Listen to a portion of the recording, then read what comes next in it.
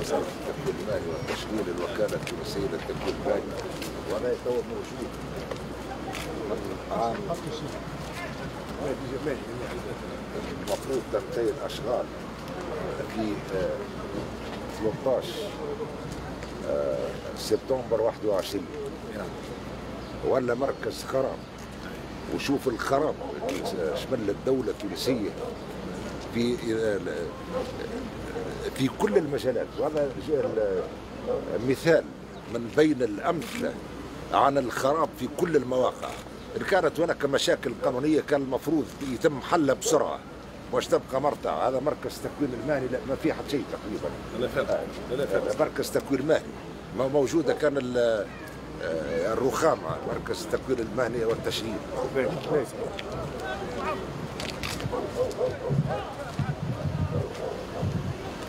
هو كان المفروض لو تخرجوا منه بداوا يتخرجوا منه، واذا كان ثم مشاكل مع المقاول كان يتم الحل نتاعها بسرعه. نحن في سباق ضد الزمن، وناس ما زالت تتعامل بطريقه نفس الشيء موجود في عدد من المؤسسات الاخرى، في كليه الحقوق بتونس ولا في عدد من المؤسسات الاخرى اللي توقفت الاشغال نتيجه للعقود التي ابرمت، وكانت العقود ابرمت في ظروف غير قانونية في كثير من الأحيان، ثم تتوقف الأشغال وتهدر أموال الشعب التونسي بالشكل هذا. معناها تم إهدارها على مدى سنوات وسنوات، ويتحدثون ويحنون إلى الماضي، إلى التخريب وإلى مزيد التخريب وإلى مزيد نهب أموال الدولة. هذه صورة من الصور، وأثرت أن أكون هنا اليوم لأبين للشعب التونسي أن الأموال موجودة، ولكن للأسف هناك إرادة لتعطيل أي مشروع للخروج من الوضع الذي تردينا فيه منذ أكثر من 10 سنوات على مدى عقود. مثال من بين أمثلة كثيرة، وهناك مثال أيضا متاع العديد من المساكن الأخرى ومن المؤسسات الأخرى التي طالها مثل هذا التخريب ومثل هذا النهب ومثل هذا الإهمال. ولابد من تحميل المسؤولية لكل جهة لم تقم على الوجه المطلوب بمسؤولياتها كاملة تجاه الشعب التونسي.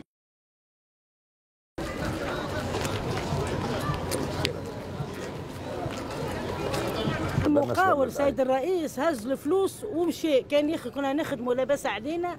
لا بالنسبه للمركز هذايا التكوين اي ولا خراب هكا خرب وراه مركز نتاع فساد موجود. سيد الرئيس قمروا فيه حشيش. اي وين الوزاره هنا وين المسؤولين الموجودين والمشاكل. كلمنا المدير تسمي مدير على المركز على مركز كما هذا متسمي وياخذ في الشهريه باش نهب لاموال الشعب.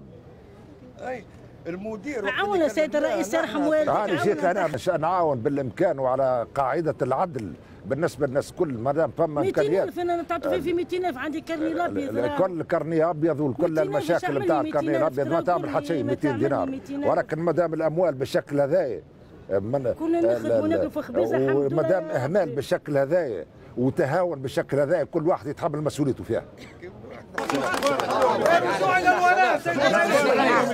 سيد الرئيس شوية سيد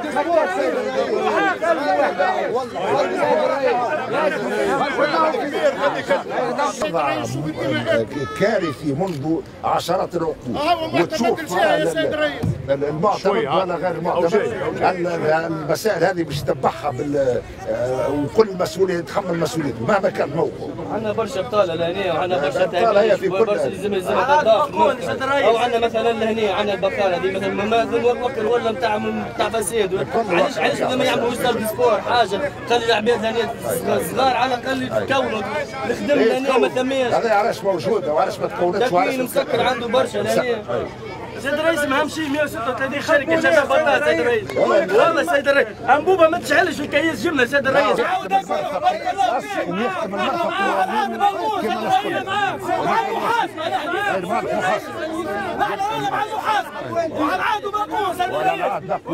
وما نشوف الدرجه هنا لورا ان شاء الله. وسيد الرئيس جاء ربي رانا 136 شركه ركزوا فيها كل شباب بطال. ما نشوف لا رجوع الى الوراء وكل مخذام مليم من عند اي شخص يرجع للشعب التونسي ويرجع ربي يبارك لك ربي يبارك لك يا سيد الرئيس. التنميه الرياضه الثقافه ومش هذه الاستهزاء واموال الشعب المنهوبه ويولي مرتع على اساس نبنيو فيه ما عندناش تكوين. لا ما ثماش تكوين. يخل بالمسؤوليه يتحمل مسؤوليته ونحن معاك.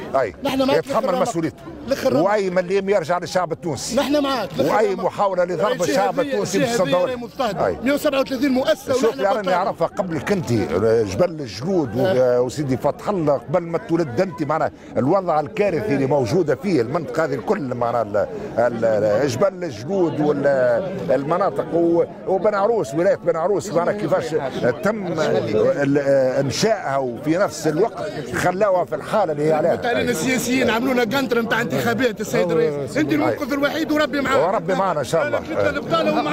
مع بعض. نحب نقول كلمه. قول كلمه. اي متوخر ما نوخرش. ما توخروش قول معايا راهو واصلوا وماشيين مواصلين وباش تتواصل الثوره حتى تحقق اهدافها الكل مواصلين الكل مع بعضنا ان شاء الله ان شاء الله ان شاء الله ان شاء الله ولا المحاسبه الجنود يا سيد الرئيس ما يخدموناش.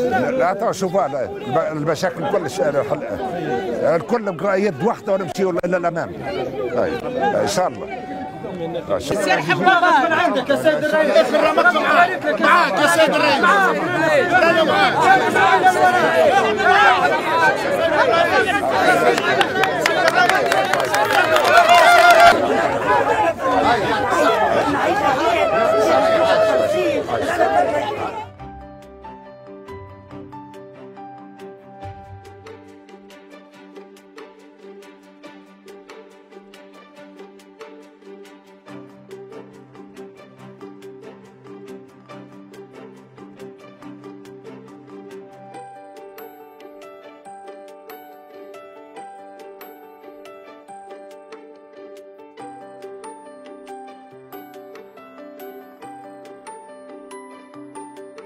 معناها اللي تقعد في المخازن حتى توفى المده الصلاحيه نتاعها امر غير مقبول. في حين في مره الناس تتقاسم في حكه دواء داخل صيدليه. هذه الملفات موجوده بالشكل هذا. وعلاش الملفات موجوده بالشكل هذا في الشارع؟ معنا صب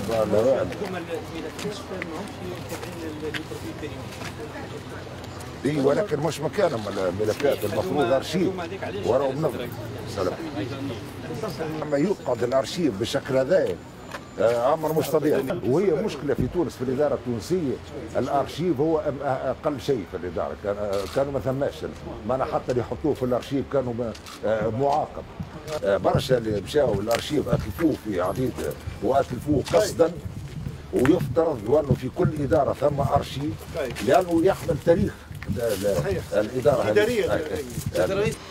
اذا كان هكا هذا تو ما عادش يصلح حتى شيء. ما في بالي لا هذوما ما عادش يصلحوا. شوف راهي قداش من ملايين مشات برا. صحيح هذوما الكل تو تشوفوا سيد الرئيس هذوما مقدرين تشوفوا ما بين 2018 و 2021 مقيمين 2.3 مليون دينار.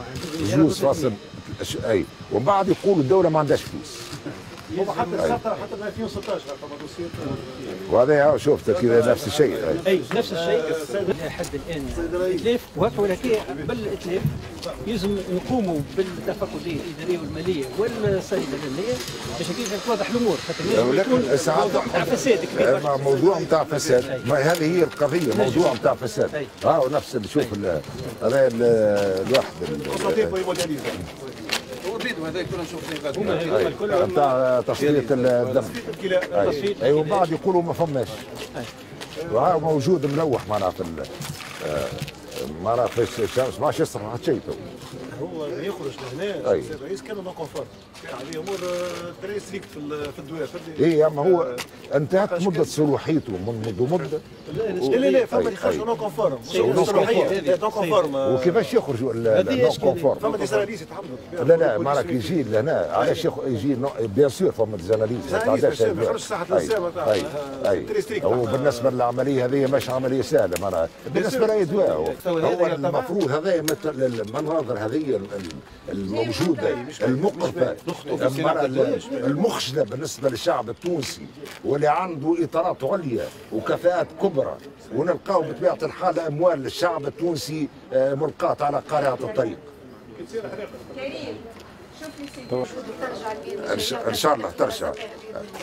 ما قلت الناس هذوما الدول بيريمي، فما ناس بيريمي ويحبوا يرجعوا معناها يدخلوا للشعب، كما الادويه بالضبط اللي انتهت مده صلاحيتها، ولا بعض الاغذيه اللي انتهت مده صلاحيتها هما انتهت ايضا مده صلاحيتهم، ولذلك تراهم يتخبوا.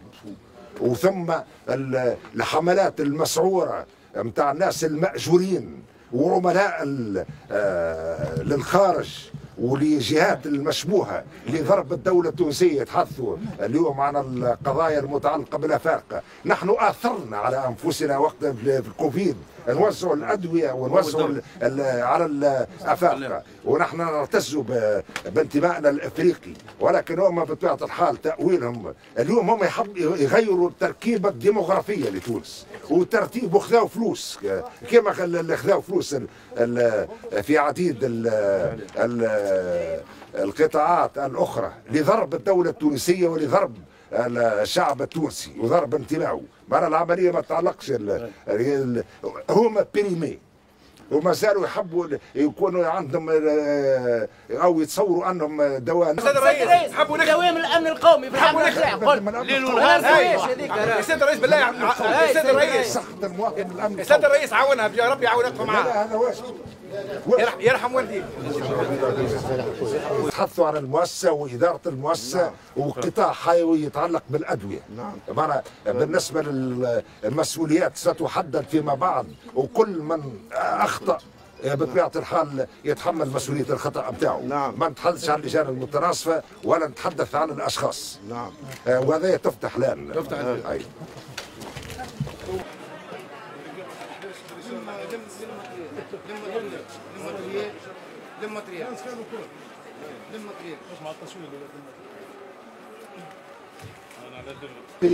بيريمي كل والبيت الاخرى اللي مغاديك كلها بيريمي. من مليار 2 مليارات وستمية. ما تطلعوش علاش ما تطلعوش؟ سيد الرئيس هذه الانسباسه نتاعنا يتباع لكتافون برا من الشركات الخاصه والانسباسه نتاع الزوالي ما يتباعش. هي القضيه هذه ما يتباعش نتاع لوبيات، معناها القضيه قضيه فساد ماهيش قضيه الامر ما لقاوش وين يتباعوا. معناها الكوارثه تلوج على الدواء في الصيدليات وما تلقاش، لانه بعض اللوبيات تحب تستحوذ على قطاع الادويه وصناعه الادويه، ومعروفه هي في العالم، ولكن في تونس اكثر فساد حتى هذاك لانالدو سيد الرئيس عنده 4 سنين مش موجود في البلاد. لانالدو هذا راه تاريخ الصلاحيه بتاعه. شوفوا افريل 2020 افريل 2020 وعلاش ما توزعش في السوق؟ هذوما الناس يلزمهم يتحاسبوا. عندنا الخلاص الوطني، تونس تحب تتخلص من هؤلاء المجرمين، مش بالادويه اللي فاتت الاجل بتاعها والصلاحيه المده الصلاحيه بتاعها، ولكن من اراده الشعب التونسي، وان شاء الله تونس تصفي الشعب التونسي. هذا دواء مفقود في المستشفيات السيروم. المحاكم يلزم تقوم بدورها، وهذا ايضا دعوه الى القضاة باش يقوموا بدورهم وما يقوموش بدورهم امام الشعب التونسي في تطبيق القانون على الجميع كائنا من كان، يتحملوا ايضا المسؤوليه في هذه الاوضاع. معناها بالنسبه للادويه هذه المليارات الملوحه اللي وراها مجموعات من المجرمين هي اللي خلاتها ما توصلش. وكل واحد يتحمل مسؤوليته في البلاد هذه وقدام الشعب التونسي. وهذا الفساد اللي ينخر في البلاد معناها كالسرطان اللي يعربد في جسم المجتمع، ويتحدثوا بعد ذلك عن الخلاص وعن الحوار. الحوار مع من؟ ولا تو خماسي الراعي للحوار، واش عملناها الانتخابات اصلا؟ اذا كان هما الحوار باش يتحدثوا عن الحوار يجيو يشوفوا المشاكل الحقيقيه نتاع الشعب التونسي والفقر والبؤس والتهميش، ناس حتى بقايا نتاع انسان، وهما يتحدثوا في الاعلام وياخذوا في الملايين وبالاسماء موجوده اسمائهم، ومن يتجرأ ايضا على تبرئتهم فهو شريك لهم. انا اشوف الاقراص هذه علاش؟ على خاطر فما مجرمين يحبوا يسيطروا على السوق فضلا عن ان الادويه اللي يصنعوا فيها مش مطابقه للمواصفات.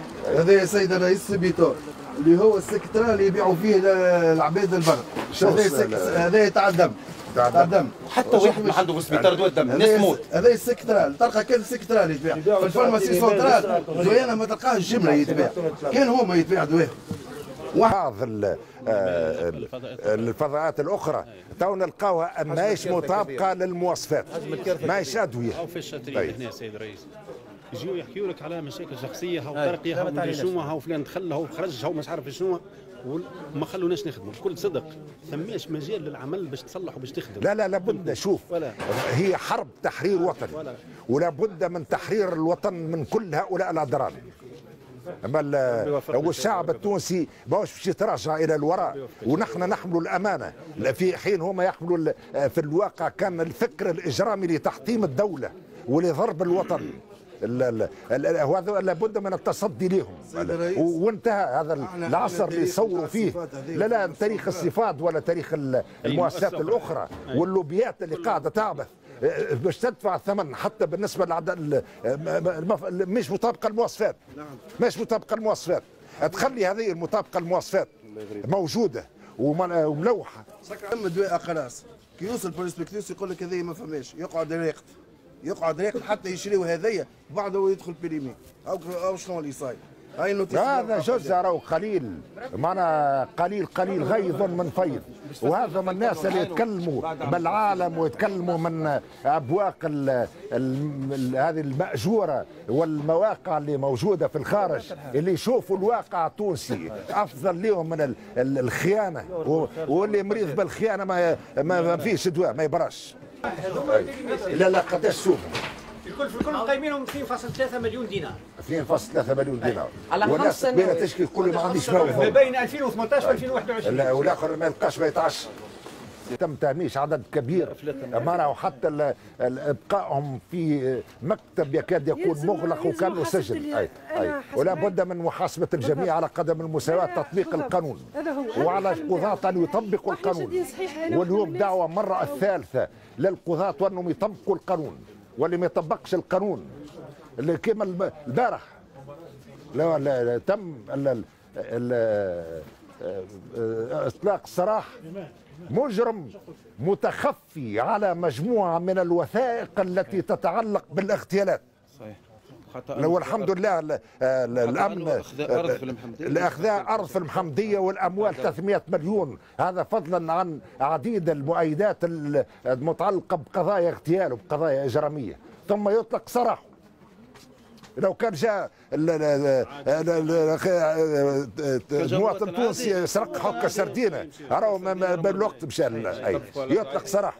الوضعيه نتاع الصفات انا خذيت في فيفري 2022. ما عندوش برشا. الوضعيه باش نقول لك كارثيه اكثر من كارثيه يا سيد الرئيس. وصلنا هو بالفعل السرطان عافانا الله واياكم يعربد في جسم الدوله. مرة سي براتيكمون ان ايتا ميتاستازي. لابد من حل اما بالاشعه ولا بالكيمياوي للقضاء على هذه الخلايا السرطانيه الموجوده داخل مؤسسات الدوله وفي وسائل اخرى لضرب الدوله ولضرب الوطن وللتنكيل بالمواطنين. ولا بد ايضا من محاسبه هؤلاء امام الشعب التونسي وتطبيق القانون على الجميع. معنى اللي ترى الاموال هذه اللي متسبب فيها يتحمل مسؤوليه، وثم ناس اللي تم تهميشهم ويحطوهم في المكاتب تقريبا مكاتب ما ترفعش حتى مكتب عقابا له لان دخل في بقعه فلان وما يعرف شيء، وفي عديد المؤسسات الاخرى. اي والعلاج الباراسيتامول ما هو نتاع الفيرالجون الباراسيتامول نتاع تونس ما يداويش، نتاع الصفات باش نتكلم عليه ان شاء الله. ما يداويش، معناها واحد راسه يوجعه ياخذ طابعه الرئيس يرجع الفيرالجون كي تاخذه من الخارج بعد ساعه توفى الاوجاع لانه مش مطابق للمواصفات.